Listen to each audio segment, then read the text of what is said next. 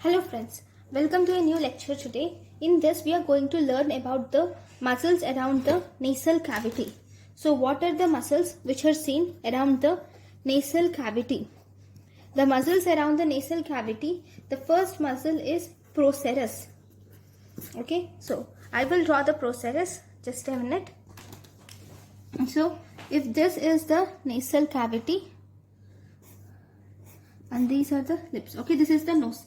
So the muscle procerus originates from the nasal bone and it gets inserted into the skin in the lower part of forehead. Okay, it originates from the nasal bone and gets inserted into the skin in the lower part of forehead. So this is the lower part of forehead where you can see insertion. So what is the action? On the bridge of the nose, it produces transverse wrinkles. That means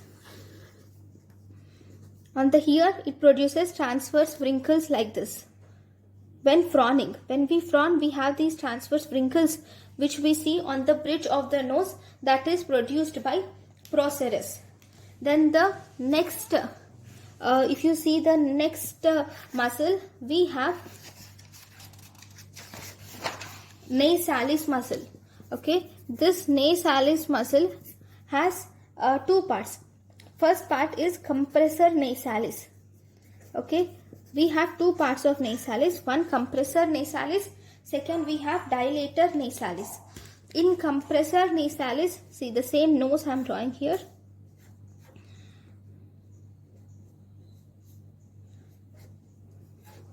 Okay, in this nose, now in the compressor nasalis, the origin of this is from maxilla close to the nasal notch, and it forms an aponeurosis over the bridge of the nose. Okay, one thing I'll draw this like this way instead of like this. I'm sorry, this picture is horrible, but anyways, let me draw you a little better picture.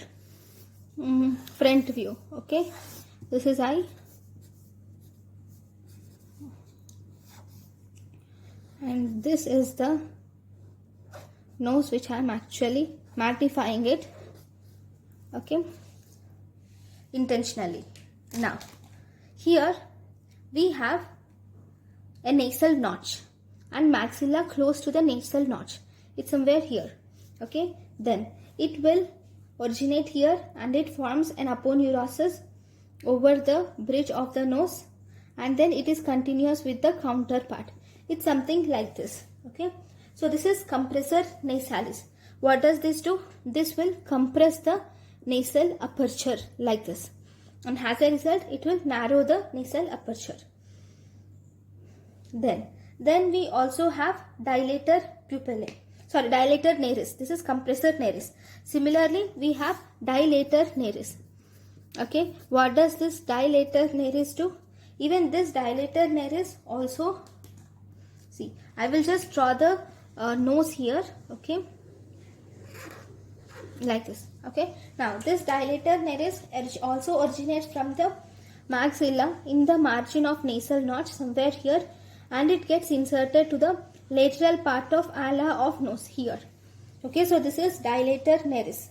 Okay, it will help in dilatation of the nasal aperture, especially in deep inspiration. So these are compressor nares and dilator nares.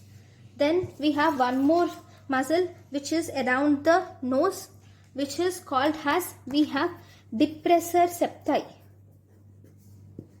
Depressor septi. So what does this depressor septi mean? See, this is the nose and this is the mouth. Right? Now, depressor septi, it originates from the incisive fossa of maxilla. Here you will have incisive fossa of maxilla. It originates from incisive fossa of maxilla and it gets inserted into the lower mobile part of nasal septum. Okay, and gets inserted into the lower mobile part of nasal septum. This is called as depressor septi. What does this depressor septi do? It fixes the nasal septum to allow dilatation of anterior nasal aperture by dilator nares. So it fixes the nasal septum.